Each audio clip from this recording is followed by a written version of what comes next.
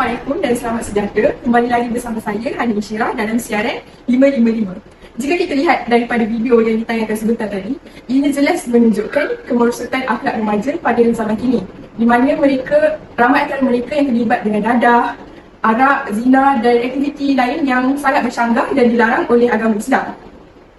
Kelakuan ini jelas menunjukkan kekurangan prinsip etika ataupun nilai akhlak di dalam diri mereka sebagai umat Islam. Pada pandangan saya sendiri, nilai akhlak ataupun etika ini adalah sesuatu yang akan menentukan kelakuan kita sama ada untuk melakukan perkara yang baik atau perkara yang buruk. Jadi, apabila prinsip etika ini kurang dalam diri mereka sebagai remaja dan juga umat Islam, inilah yang mendorong mereka untuk terus melakukan perkara yang haram dan juga dilarang oleh agama Islam sendiri. Mari kita dengarkan ulasan daripada wartawan di tempat kejadian. Okey, untuk sekarang aku nak kita tanya pendapat orang awam mengenai perkara ini. Jom. Assalamualaikum. Saya tanya, saya nak tanya pendapat Encik mengenai apakah cabaran-cabaran yang dihadapi oleh masyarakat sekarang mengenai untuk pembentukan jati diri dan yang berakhlak dan beretika. Waalaikumsalam. Pada pendapat saya, cabaran utama yang dihadapi oleh masyarakat pada masa kini adalah kerana kewujudan dan serangan ideologi barat yang semakin bermasa dalam negara kita. Sebagai contoh, fahaman hedonisme iaitu semangat mahukan kebebasan yang melampau sehingga menelitikan agama. Seterusnya, fahaman liberal iaitu yang membenarkan homoseksual berlaku dalam masyarakat zaman kini, dan juga fahaman atheism iaitu tidak percaya dengan kewujudan Allah sebagai Tuhan yang satu. Jadi saya rasa serangan ideologi barat memberi kesan yang utama untuk dalam cabaran untuk menghasilkan atau membentuk jati diri seorang Muslim itu terganggu. Untuk saya yang baik, boleh tak cikgu terangkan yang lebih mendalam mengenai ideologi barat yang berlaku dalam negara kita? Okey, boleh?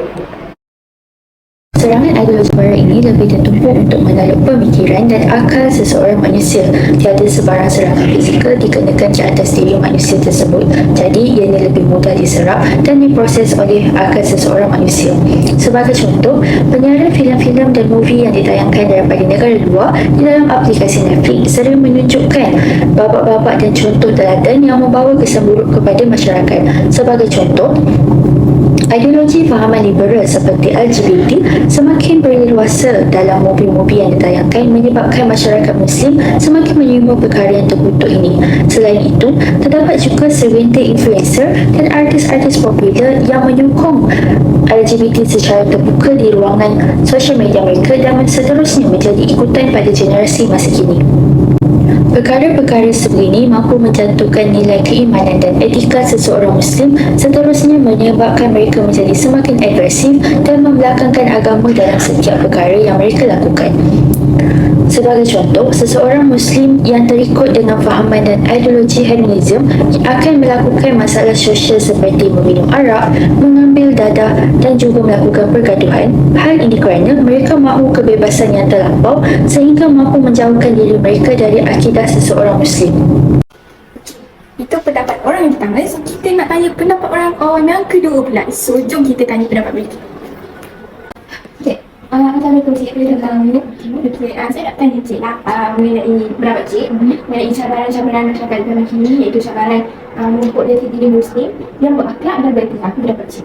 Pada pendapat saya, cabaran yang dihadapi sekarang ini adalah kurangnya penghayatan agama, di mana ibu bapa kurang memberi didikan agama, di mana sebenarnya didikan agama ni bermula daripada mereka kecil lagi, tetapi ibu bapa lalai dengan pembesaran anaknya. Mereka lebih mengejarkan diorang punya kerja berbanding dengan kehidupan anak yang akan datang ni lah. Lepas tu bagi saya cabaran tu pada anaknya, mereka akan bila terabainya anak, mereka akan kepada ke arah negatif. Dan saya pendapat yang menarik. So, boleh tak Cik terangkan lagi dengan lebih mendalam apa yang Cik maksudkan dengan pendapat Cik? Okay, boleh? Seterusnya, ibu bapa mementingkan kemewahan di dunia berbanding di akhirat, di mana dengan sikap sambil lewa terhadap pembesaran anak-anak, mereka kurang memberi penghayatan dalam agama dan membuatkan mereka menjadi kurang didikan. Perkara ini semakin membimbangkan kerana akan berlaku perkara yang negatif pada diri anak-anak, di mana mereka akan bergaul dengan bebas tanpa ada batasan. Seterusnya, di zaman era pembangunan kini, Ibu bapa tidak lagi menekankan atau memberi penghayatan yang mendalam tentang agama pada jati diri anak-anak. Malahan, mereka hanya mementingkan kebendaan berbanding akhirat. Ini boleh menyebabkan tergugatnya jati diri sebagai seorang Muslim kerana mereka hanya mengejar kemewahan di dunia berbanding kemewahan di akhirat kelak. Apabila berlakunya keruntuhan akhlak pada diri anak-anak, ibu bapa yang akan dipersalahkan kerana didikan itu datangnya dari cara kita mendidik semasa mereka kecil lagi. Bukan itu sahaja, gejala keruntuhan moral yang muncul pada kini boleh membawa kepada pelbagai implikasi. Cabaran lain bagi seorang Muslim bagi kurang penghayatan dalam agama adalah apabila sebuah institusi keluarga yang lemah, di mana ibu bapa terlalu sibuk dengan kerja sehingga mengabaikan anak, juga boleh menjejaskan jati diri dan menyebabkan mereka kurang mendapat perhatian dan rasa tidak diperlukan lagi. Apabila perkara ini berlaku, anak-anak akan membuat perkara yang boleh mencetuskan ke arah yang negatif di mana mereka membuat perkara yang melanggar di sisi syariat Islam. Ibu bapa perlu memainkan peranan yang penting untuk mengelakkan perkara ini berterusan dengan mendedahkan hukum hakam tentang Islam kepada mereka agar mereka sentiasa takut dengan apa yang mereka lakukan kerana mereka sentiasa diperhatikan oleh Allah Subhanahu Wa Taala. Nampaknya kita ada dua jenis cabaran dan pendapat daripada orang awam. So, saya nak tanya lagi seorang pendapat daripada orang awam mengenai perkara ini. Hai, Assalamualaikum. Waalaikumsalam. Boleh saya ambil masa sikit? Boleh. Okay, saya nak tanya dengan Cik Lah mengenai pendapat Cik mengenai cabaran yang dihadapi oleh masyarakat kita iaitu cabaran untuk memupuk jati diri kita sebagai Muslim yang berakhlak dan beretika. Apa pendapat Cik? Kalau begitu, insyaAllah saya cuba kemukakan pendapat saya tentang isu ini. Berdasarkan pengalaman saya dan apa yang saya perhatikan dekat sekitar saya, cabaran pertamanya ialah berlakunya kepesatan evolusi teknologi zaman kini. Sangat menarik. Boleh tak Cik jelaskan dengan lebih lanjut mengenai perkara itu? Boleh? Seperti yang kita semua tahu, pada zaman kini, peranti elektronik telah dijual secara menyeluruh yang mana memudahkan masyarakat untuk mendapatkan akses kepada penggunaan peranti-peranti tersebut. Ini dapat dilihat dengan wujudnya bermacam jenis kedai alat telekomunikasi di bandar dan juga pekan kecil atau kampung. Tidak boleh disenangkan lagi, alat-alat teknologi ini penting dan banyak kebaikan kerana ia memudahkan hidup masyarakat. Tetapi kalau ia disalahgunakan, ia dapat memudaratkan seseorang. Dengan kepesatan teknologi, adanya juga kehadiran aplikasi-aplikasi dan laman sesawan baharu yang memberi medium kepada masyarakat Muslim untuk mengkonsumsi suntingan yang lalai dan tidak senonoh seperti video pornografi. Hal ini menyebabkan wujudnya sekelompok masyarakat yang ketagih akan pornografi dan akhirnya merosakkan minda individu serta jati diri sebagai seorang Muslim.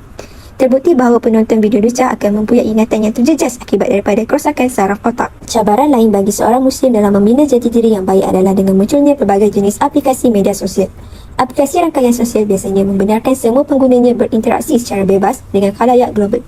Justeru, banyak suntingan dan video yang mudah untuk viral. Jujurnya, memang ada video dan suntingan yang berfaedah untuk pengguna. Namun, ada juga sebahagiannya yang mudah untuk menimbulkan fitnah dalam kalangan komuniti. Kesannya, perkara ini akan melahirkan masyarakat yang mudah menghukum serta prejudis kerana masyarakat hanya menilai perkara yang dapat dilihat dengan mata mereka tetapi bukan perkara yang berlaku sebaliknya. Mereka akan mula membanjiri ruangan komen dengan komen-komen buruk yang bertujuan untuk menyakitkan hati. Jika perkara ini tidak dikawal, masalah fitnah akan merebak secara berleluasa yang mana mempamerkan sikap masyarakat yang tiada akhlak dan etika terhadap orang lain. Nilai akhlak yang ataupun etika yang tinggi penting dalam bentuk jati diri seseorang. Jati diri yang fokus sangat penting untuk memastikan kita menjaga dengan baik dan menjaga kesucian. Dengan jati diri juga dapat membezakan mana yang baik atau yang buruk apa yang kita lakukan.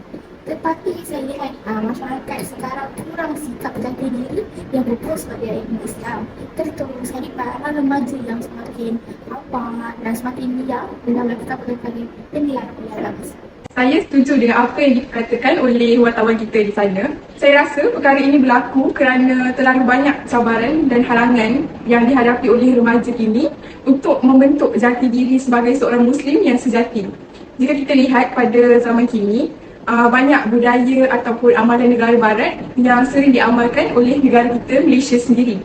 Jadi, budaya-budaya daripada barat ini sedikit sebanyak telah memberi kesan yang buruk kepada akhlak para remaja pada masa kini. Selain itu, ditambah lagi dengan kepesatan teknologi pada masa kini yang lebih cepat menyebarkan perkara atau amalan yang kurang bermoral seperti zina, dadah dan sebagainya. Jadi, para remaja akan lebih cepat untuk menyerap perkara buruk dan mengamalkannya. Selain itu, mungkin juga para remaja pada masa kini kurang mendapat pendedahan awal tentang sifat-sifat yang beretika sebagai seorang Muslim, memandangkan sektor pendidikan kita juga sekarang semakin moden.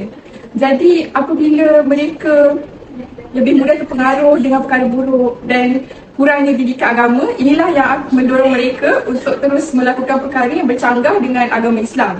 Jika kehidupan yang tidak beretika ini diteruskan lagi daripada kalangan remaja ataupun orang dewasa sendiri, ini akan memberikan kesan yang buruk kepada masyarakat dan juga negara kita. Saya sendirikan juga sedikit perkongsian hadis dalam sesi kali ini di mana Rasulullah SAW pernah bersabda, mukmin yang paling sempurna imannya adalah mukmin yang paling baik akhlaknya. Hadis riwayat Al-Tirmizi. Selain itu, Rasulullah SAW juga pernah ditanya, siapakah hamba yang paling disayangi oleh Allah? Dan Rasulullah menjawab, orang yang paling baik akhlaknya. Hadis riwayat Al-Hakim.